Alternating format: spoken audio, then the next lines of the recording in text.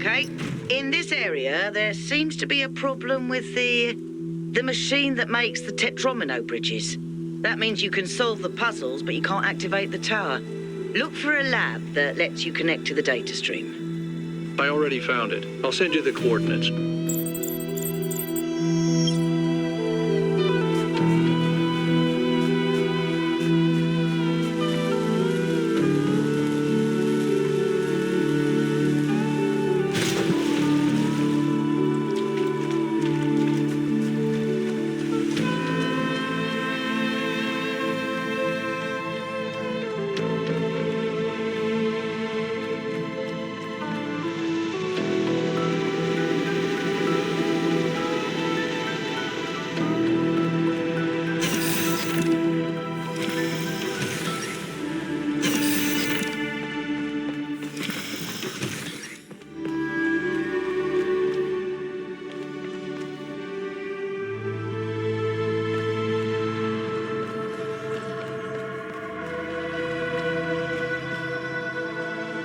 Look at this place. It's beautiful, isn't it? Mesmerizing. That's how it lures you in, I think. You see all these beautiful things and your imagination starts working overtime. And the puzzles, the towers, the mysterious apparitions, it all draws you further in, deeper into the trap. What if that's the whole point of this place?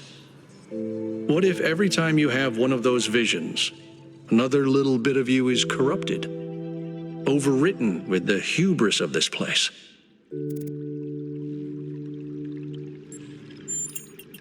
I'm sorry, I didn't mean to suggest you were, whatever it is I'm trying to say.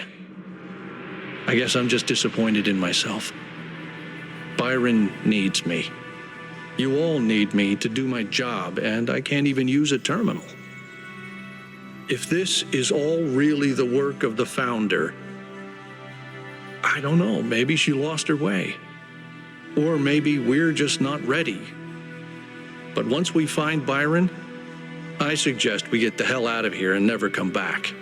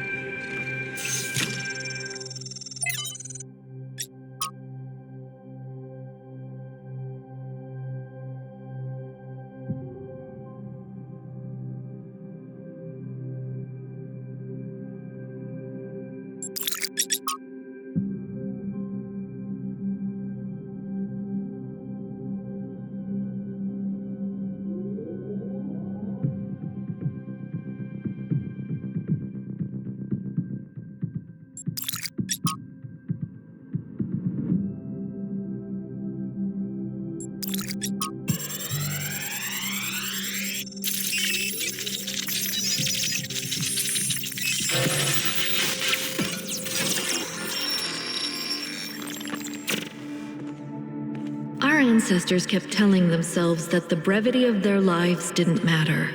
But they had so little time to ever really think about anything. I've spent several human lifetimes studying this mystery, and only now am I beginning to see. The simulation was built on top of material reality, unable to escape its constraints. In the same way, physics as we understand it, even quantum physics, is built on top of a deeper reality. A set of rules that define existence itself. There is a universal language of creation, and I think we can learn it.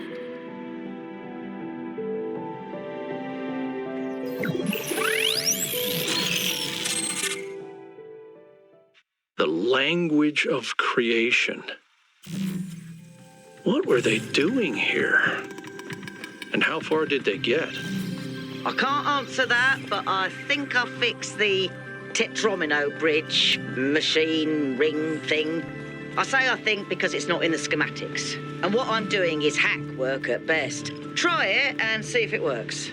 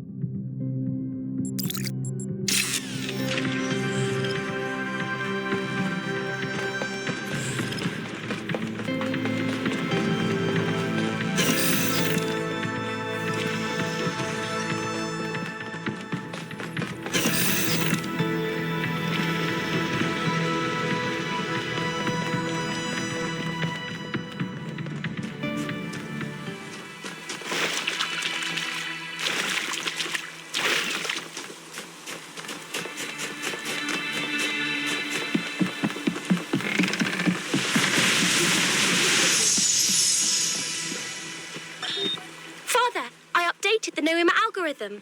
It's working twice as fast now, and I think I can increase matter output by 25% if I tweak the modulator a little. I'm so excited. Nice to meet you. So excited. I'm Cornelius. What? Oh, Dad! This is science. You have no idea how long I've been waiting for the right moment.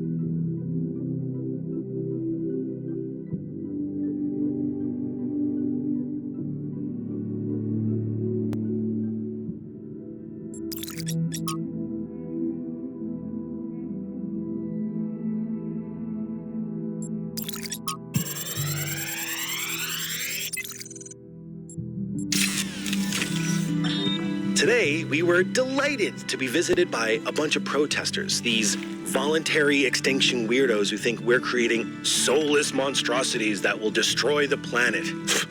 They broke into the facility and started yelling at everyone. Fun, fun, fun, right? Then one of them lunged at Alex. Big mistake. Chernyshevsky grabbed the guy and literally threw him across the room. I mean, almost threw him all the way off the dam. After that, the rest of them had a change of heart. Now, I'm telling you this because mostly it is not like that. But these people do exist. And somewhere in their shriveled little souls, they think that they're doing the right thing. They think they're being righteous. Now, to me, what Alex is trying to do is an obvious good. But that's not the same for everyone.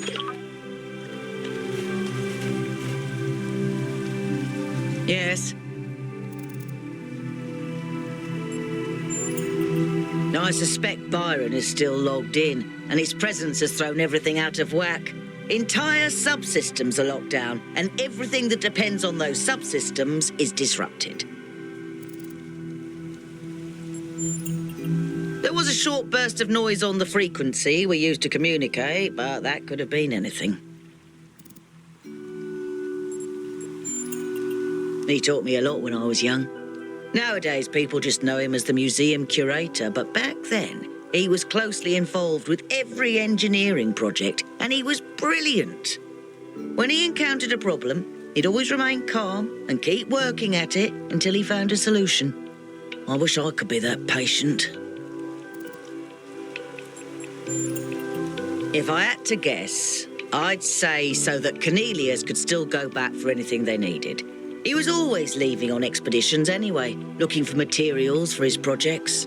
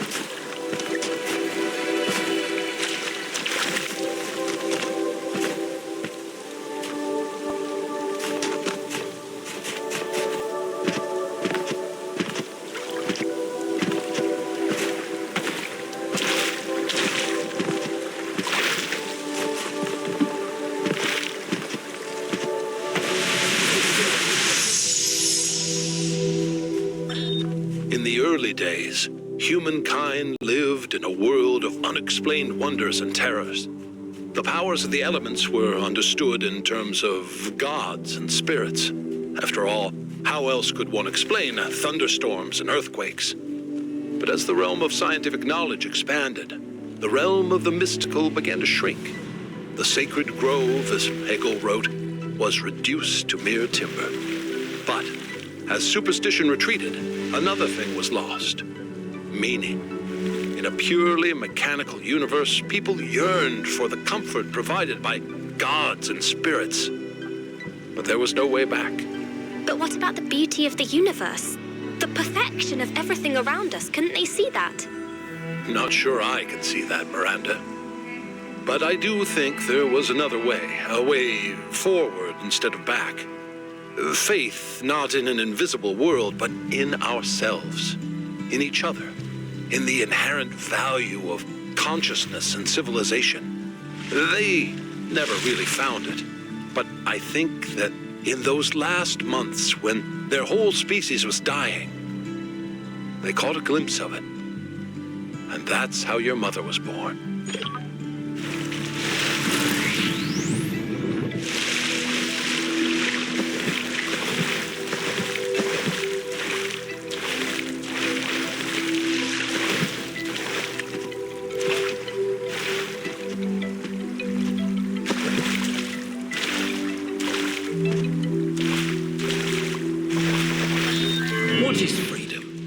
Is it merely to be ruled by those who speak one's language or share one's customs? No, that is merely a more convenient servitude.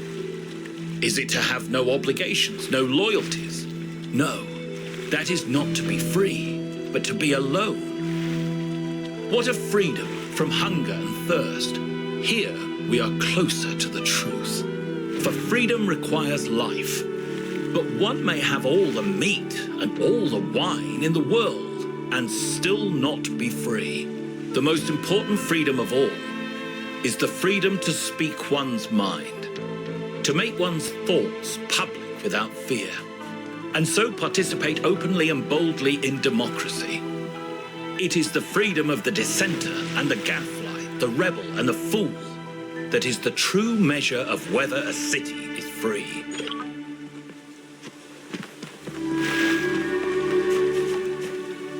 Hey 1K, what's up? The southern part of the island is a natural desert, basically just due to the chemical composition of the soil. I haven't been able to work out why it's so warm, though. It could be a warm ocean current or something to do with the megastructure's thermal output. New Jerusalem doesn't have the kind of equipment I'd need to figure that out.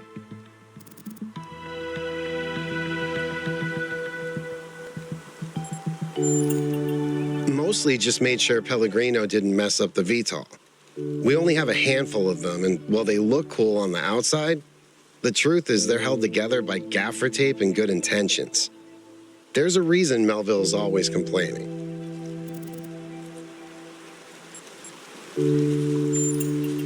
When you put it like that, it seems hard to argue. More and more stuff isn't working anymore, and eventually there will be consequences. I hope so. I understand why he was impatient, but he should have been more careful. Yeah, everyone knew Cornelius. After Eustathius retired, he was the only one left who was there since the beginning. Except I guess none of us really knew him after all. We all thought he was lost in the past, always studying the archive and the simulation. But he actually had all these secrets. And a daughter. No, just surprised. Maybe a little sad that he felt he couldn't trust anyone with the truth.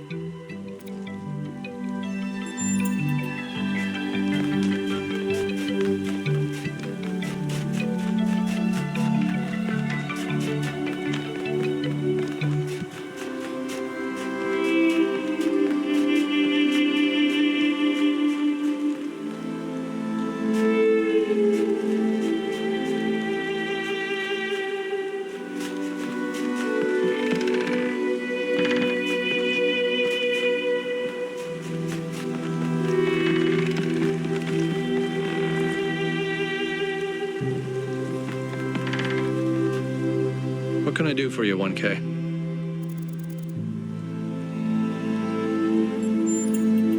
Why do you ask?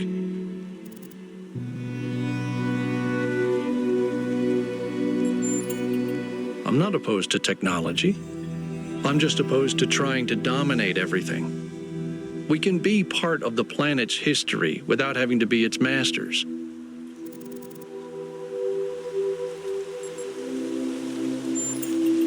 It makes me wonder why people always think they know better than nature.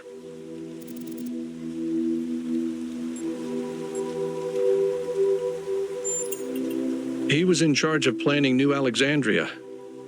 It was his mistake that led to the disaster. After that, he retired from public affairs and dedicated himself to his studies.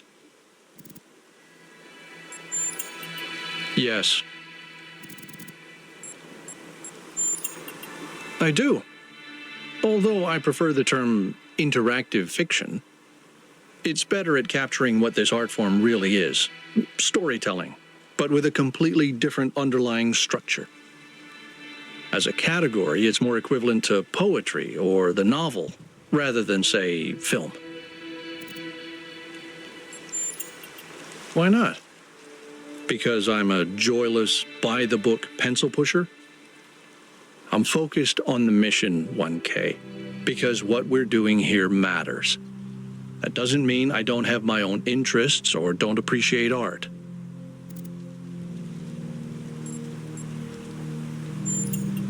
Anything else? He blamed Byron for being headstrong and foolish, which I don't see it quite the same way, but it's easy to understand why the mayor would think that. It wasn't hard to convince him that we can't leave Byron behind, though. You may not agree with Herman on a lot of issues, 1K, but he's not a bad person. He's doing his best in a difficult situation. I hope so. He's always been annoyingly hard to get rid of. He was the third to be born, after Athena and Eustathius. He was an important figure in New Jerusalem's early history, almost as important as Athena. But after she vanished, he faded into the background.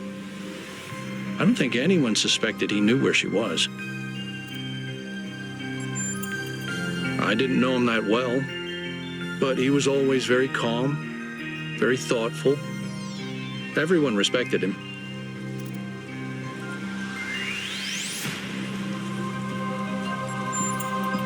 You mean, am I unduly influenced by my experiences? Unable to imagine the better future Byron wanted because I'm too traumatized? Could be. But I'd like to think I'm a little more self-aware than that.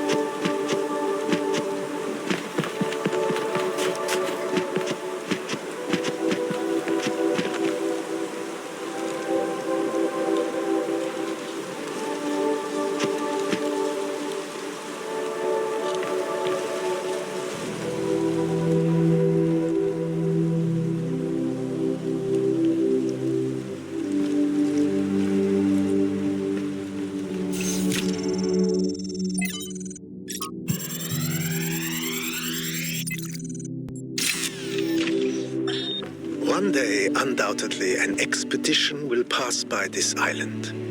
It will seek to document facts and statistics to enumerate reasons for us not to look more closely. That is what we do now. We seek facts rather than truth. because truth might frighten and unsettle the comfortable people who like to sit in their conference rooms and debate which corners we should cut today. These people like to imagine the chaos that could come one day, like a comforting fairy tale of distant darkness. But they do not see the chaos that is at our walls right now. The chaos that also lives within us, a force that is both necessary and appalling.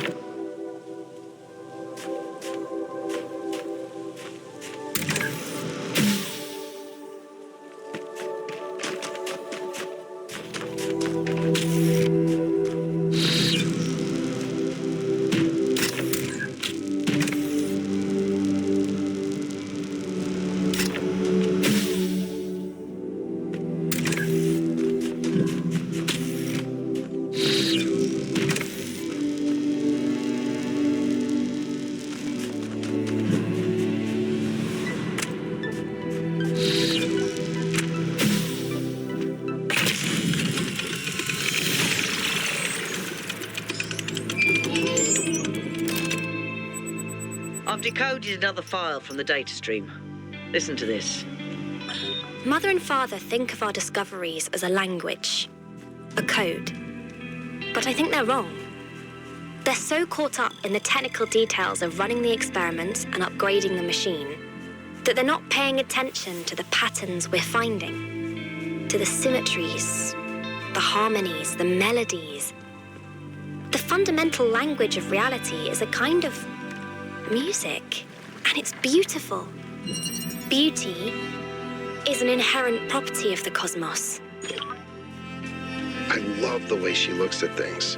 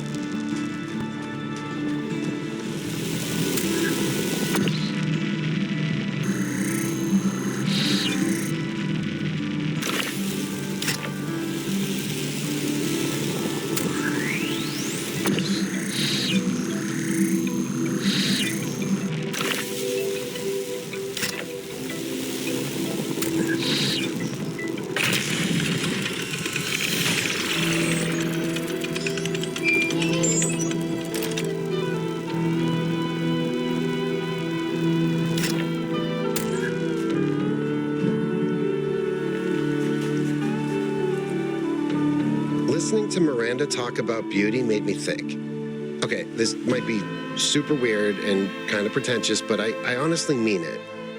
What is beauty? Like, where does it exist? Is it just in our minds? Or is there some objective component, something quantifiable? I always thought it was just perception, but if I understand her correctly, Miranda sees beauty as a property of the universe itself.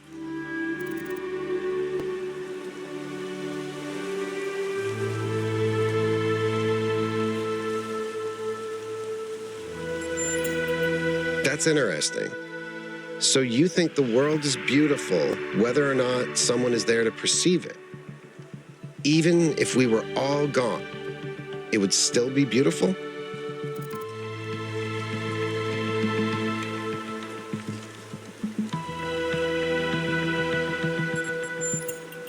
Uh-huh. So you think the universe is like a work of art. It has to be parsed to have meaning. And that's our role. We're the audience. But then, doesn't that mean that as a species, we have a responsibility to grow? To enlarge the audience so that more beauty can be perceived?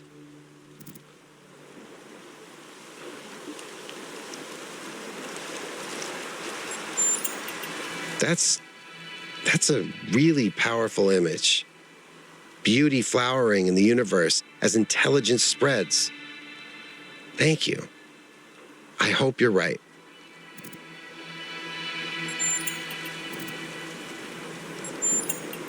I think that's one of the most beautiful things I've ever heard. I hope it's true.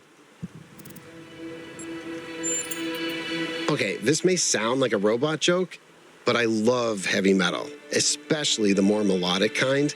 It's big, it's epic, it's full of emotion. You can really get lost in it. Actually, I named Bruce after Bruce Dickinson, the lead singer of Iron Maiden. They used to call him the air raid siren, which is also what my Bruce sounds like.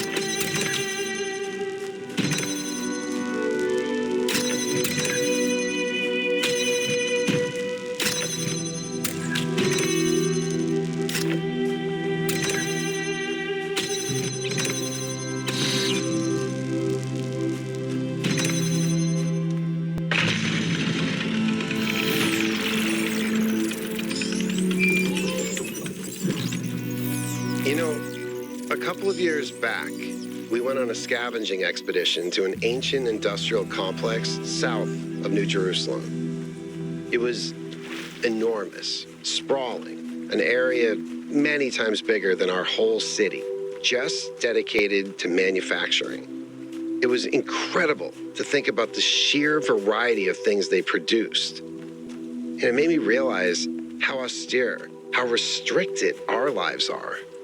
You know how most ancient structures are overgrown? It's kind of pretty, but in a sad way. Well, this one wasn't. There had been some kind of chemical spill. I don't know if it happened while the structure was still operational or if something had just rotted through, but it killed everything. Even centuries later, nothing could grow. It didn't have to happen that way. And history doesn't have to repeat itself. But we do have to remember that it did happen once.